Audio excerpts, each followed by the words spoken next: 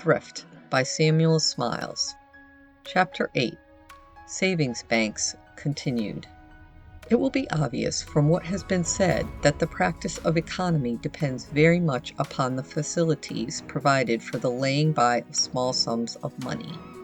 Let a convenient savings bank be provided, and deposits gradually flow into it.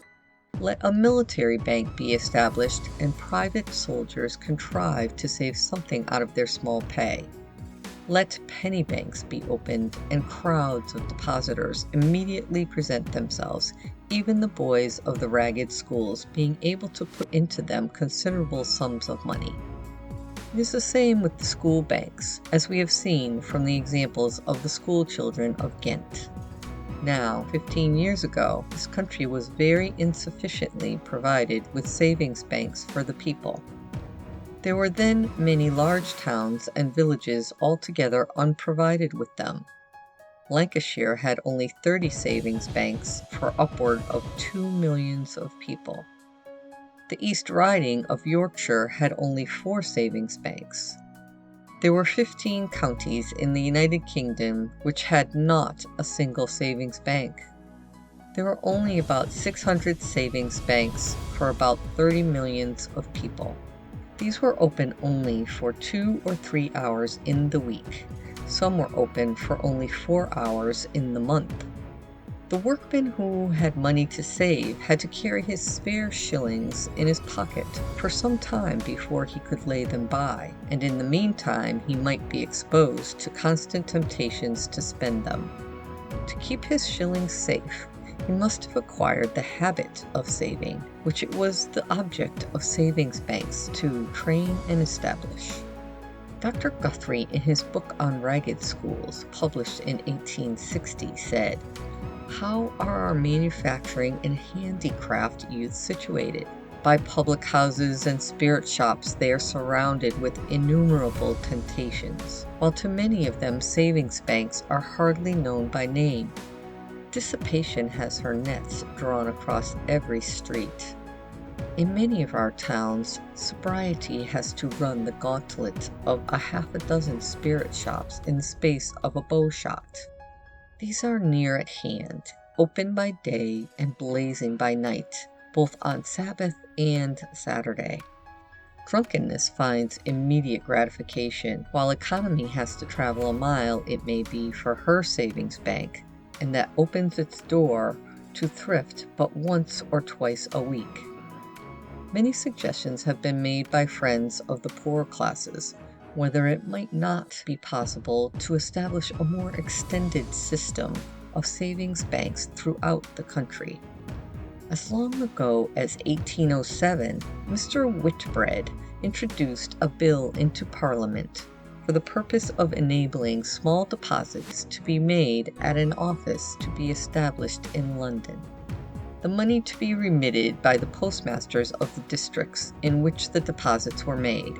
The bill further contemplated the establishment of a National Assurance Society, by means of which working people were to be enabled to effect assurances to an extent not exceeding £200, and to secure annuities to an amount not exceeding £20. Mr. Whitbread's bill was rejected, and nothing came of his suggestions.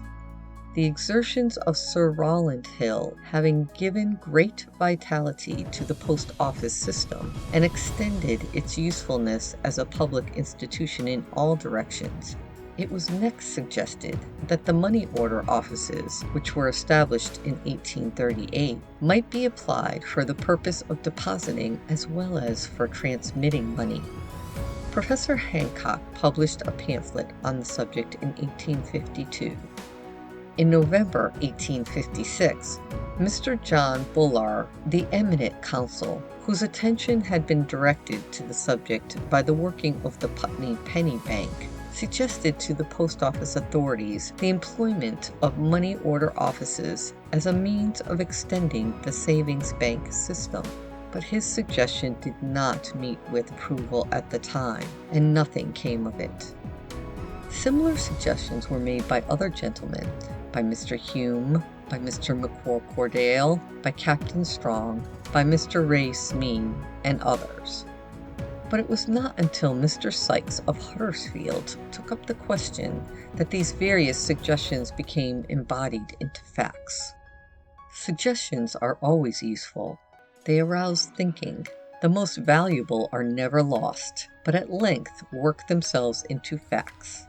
Most inventions are the result of original suggestions.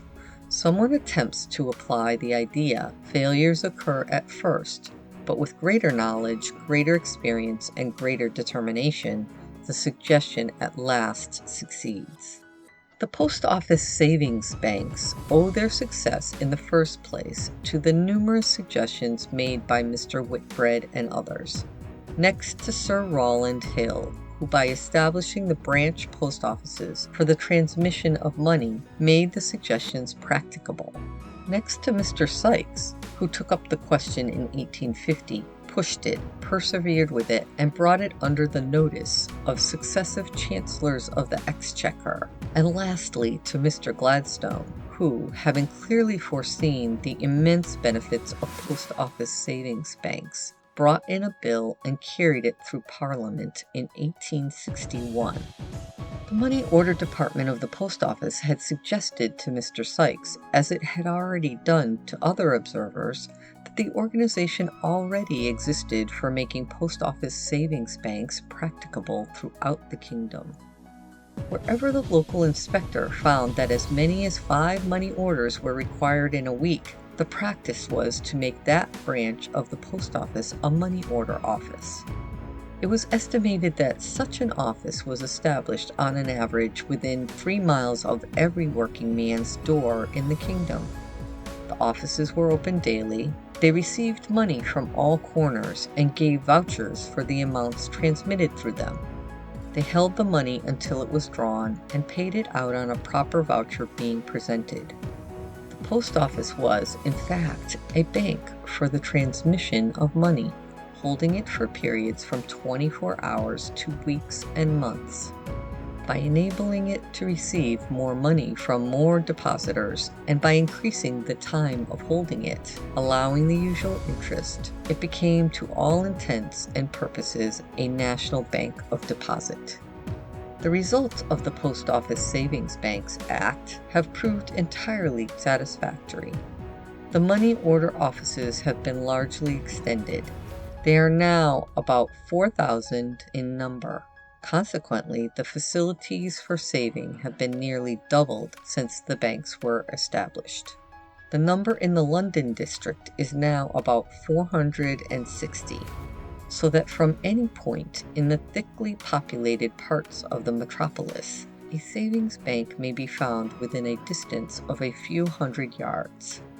The number of the depositors at the end of 1873 amounted to more than 1.5 million, while the amount of deposits reached over 21 millions sterling. At the same time, the amount deposited with the original savings banks remained about the same. The amount reached 23,157,469 at the end of 1874. Post office savings banks possess several great advantages which ought to be generally known. The banks are very widely diffused and are open from 9 in the morning until 6 in the evening, and on Saturdays until 9 at night. Persons may make a deposit of £1 or of any number of shillings, provided more than £30 is not deposited in any one year. The post office officers furnish the book in which the several deposits are entered. The book also contains the regulations of the post office savings banks. Interest is allowed at the rate of £2 10% per annum. Another most important point is the security. Government is responsible for the full amount paid in, so that the money deposited with the Post Office Savings Bank is as safe as if it were in the Bank of England. The money saved may also be transferred from place to place without expense, and may be easily paid to the depositor when required, no matter where it was originally deposited. All that is done in perfect secrecy between the depositor and the postmaster, who is forbidden to disclose the names of the depositors. We have frequently alluded to Mr. Charles William Sykes in connection with the penny banks and post office savings banks. His name must always hold a distinguished place in connection with those valuable institutions. He is the son of a private banker in Huddersfield. When at school, he was presented as a prize with a copy of Dr. Franklin's Essays and Letters. He perused the book with avidity. It implanted in his mind the germs of many useful thoughts, and exercised a powerful influence in giving a practical character to his life. Huddersfield is a busy manufacturing town. Although workmen were well paid for their labor, there were many ups and downs in their business. When trade became slack and they had spent all they had earned, numbers of them were accustomed to apply for charity in the streets or by the wayside. Young Sykes often wondered whether these people had ever heard of Dr. Franklin and of his method of avoiding beggary or bad times by saving their money when trade was brisk and they were well off. Early in 1833, Mr. Sykes entered the service of the Huddersfield Banking Company. It was the second joint stock bank that had been established in England. The prudence and success with which the Scotch banking companies had been conducted induced the directors to select a Scotch manager. One of the first resolutions the directors adopted was to give deposit receipts for sums of £10 and upwards for the purpose of encouraging the working classes in habits of providence and thrift. Mr. Sykes, being somewhat a favorite with the manager, often heard from his lips most interesting accounts of the provident habits of the Scotch peasantry, and was informed by him of the fact that one of the banks at Perth paid not less than £20,000 a year as interest on deposits varying from £10 to £200 each. In 1837, Mr. Sykes became one of the cashiers of the company. This brought him into direct contact and intercourse with the very class from which the direction his mind was taking he so much wished to understand, namely the thrifty portion of the industrious classes. A considerable number of them had sums lying at interest. As the years rolled on, Mr. Sykes often witnessed the depositor commencing with £10 or £20, then make permanent additions to his little store, until at length the amount would reach £1, £2, or even in a few instances, even £300. Mr. Sykes would often imagine the marvelous improvement that would be effected on the condition of the working classes if every one of them became influenced by the same frugality and forethought which induced these exceptional operatives to deposit their savings at his bank. About that time, trade was in a wretched condition. The hand-loom weavers were almost entirely without employment. Privation and suffering prevailed on every side, and these were often borne with silent and noble heroism. Various remedies were proposed for the existing evils. Socialism, Chartism, and free trade were the favorites. Theories of the wildest and most impracticable character abounded, and yet even in those dark days, there were instances of men who had to some degree made the future predominate over the present, who could fall back on their reserve in the joint stock or savings bank to tide them over into better times. Believing in the beneficent results of free trade, Mr. Sykes was equally convinced that national prosperity, as well as national adversity, might be attended with great evils unless the masses were endowed with habits of providence and thrift, and prepared by previous education for the good time coming, so eloquently predicted by the orators of the League. Many discussions with working men in his homeward evening walks convinced Mr. Sykes that there were social problems with which legislation would be almost powerless to grapple, and of these the thriftlessness of the masses of the people was one. An employer of 500 hand-loom weavers had told Mr. Sykes that in a previous period of prosperity, when work was abundant and wages were very high, he could not, had he begged on bended knee, have induced his men to save a single penny or to lay by anything for a rainy day. The fancy waistcoating trade had uniformly had its cycles of alternate briskness and depression. But experience, however stern its teachings, could not teach unwilling learners. It was at this period that Mr. Sykes was reading the late Archbishop Sumner's Records of Creation and met with the following passage: "The only truest secret of assisting the poor is to make them agents in bettering their own condition." Simple as are the words, they shed light into Mr. Sykes' mind, and became the keynote and the test to which he brought the various views and theories which he had previously met with. Doles and charities, though founded frequently on the most benevolent motives, were too often deteriorating to their recipients. On the other hand, if self-reliance and self-help, the columns of true majesty in man, could only be made characteristics of the working classes generally, nothing could retard their onward and upward progress. Mr. Sykes observed that until the working classes had more of the money power in their hands, they would still be periodically in poverty and distress. He saw that if provident habits could only be generally pursued by them, the face of society would immediately be transformed, and he resolved, insofar as lay in his power, to give every aid to this good work. In 1850, savings banks were only open a few hours in each week.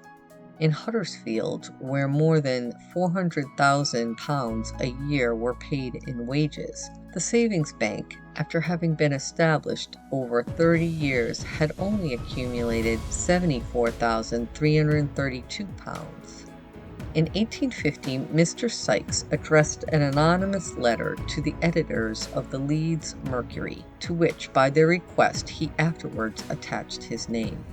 In that letter, he recommended the formation of penny savings banks in connection with mechanics and similar institutes.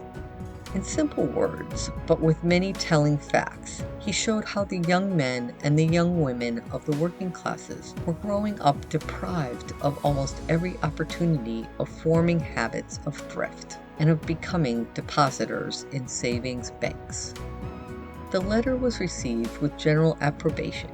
The committee of the Yorkshire Union of Mechanics' Institutes gave their cordial sanction to it, and penny banks were established in connection with nearly every mechanics institute in Yorkshire.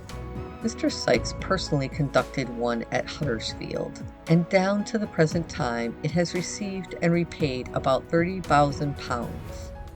In fact, the working people of Huddersfield, doubtless owing in great measure to the practical example of Mr. Sykes, have become most provident and thrifty. The deposits in their savings bank have increased from £74,000 in 1850 to £330,000 in 1874. In 1854, Mr. Sykes published his excellent pamphlet on Good Times, or the Savings Bank and the Fireside, to which we have already referred.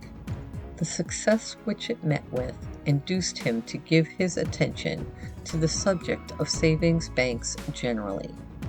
He was surprised to find that they were so utterly inadequate to meet the requirements of the country.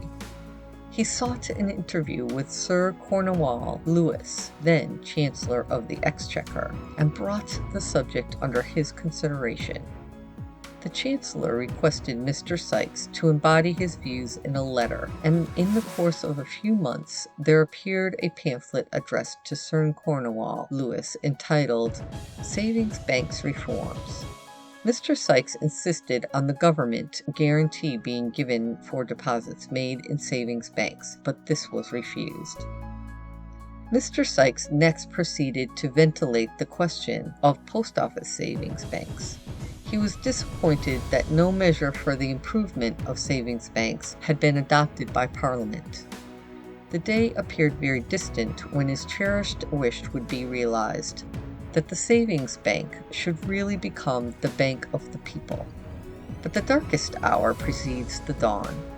When he had almost given up the notion of improving the existing savings banks, the idea suddenly struck him that in the money order office there was the very organization which might be made the basis of a popular savings bank. He communicated his plan in a letter to his friend Mr. Baines, then member for Leeds. The plan was submitted to Mr. Rowland Hill, who approved of the suggestions and considered the scheme practicable so far as the post office was concerned. The plan was then brought under the notice of Mr. Gladstone, who afterwards carried the bill through Parliament for the establishment of post office savings banks throughout the country. To use the words of Mr. Sykes himself when predicting at the Social Science Association the success of the post office savings banks, should the plan be carried out, it will soon be doing a glorious work. Wherever a bank is opened and deposits received, self-reliance will to some extent be aroused, and with many, a nobler life will be begun. They will gradually discern how ruthless an enemy is improvidence to working men, and how truly his friends are economy and forethought. Under their guidance, household purchases could be made on the most favorable terms, for cash, any wished-for house taken at the lowest rent for punctual payment, and the home enriched with comforts until it is enjoyed and prized by all. From such firesides go forth those inheriting the right spirit, loving industry, loving thrift, and loving home. Emulous of a good example, they in their day and generation would nobly endeavor to lay by a portion of their income. Many a hard winter and many a slack time would be comfortably got over by drawing on the little fund, to be again replenished in better days. And if the plan were adopted, remembering that it would virtually bring the savings bank within less than an hour's walk of the fireside of every working man in the United Kingdom, I trust that it is not taking too sanguine a view to anticipate that it would render aid in ultimately winning over the rank and file of the industrial classes of the kingdom to those habits of forethought and self-denial which bring enduring reward to the individual and materially add to the safety of the state. The working classes have not yet, however, taken full advantage of the facilities for saving afforded them by the post office savings banks. Take Birmingham, for instance, where the artisans are among the best paid workmen in the town. In the list of depositors in the post office savings banks, we find that the artisans rank after the domestic servants, after the married and unmarried women, and after the minors. They only constitute about 1/10 of the entire depositors, though it is possible that they may deposit their savings in some other investments. Then take the returns for the entire United Kingdom.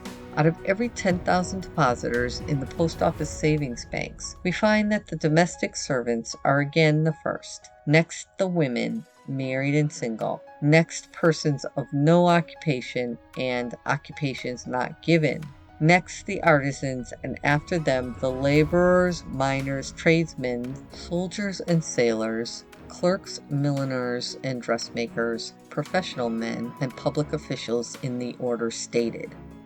We must, however, regard the institution as still too young to have fully taken root. We believe that the living generation must pass away before the full fruits of the post office savings banks can be gathered in. The inhabitants of Preston have exhibited a strong disposition to save their earnings during the last few years, more especially since the conclusion of the last great strike. There's no town in England, except perhaps Huddersfield, where the people have proved themselves so provident and so thrifty. 50 years ago, only 1 person in 30 of the population of Preston deposited their money in the savings bank. 20 years ago, the depositors increased to 1 in 11, and last year they had increased to 1 in 5.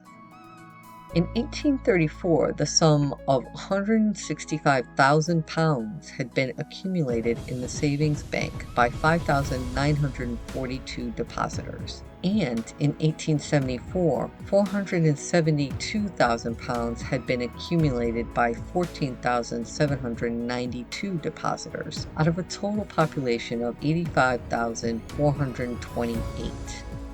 Is there any other town or city that can show a more satisfactory result of the teaching, the experience, and the prosperity of the last 20 years? End of section 13.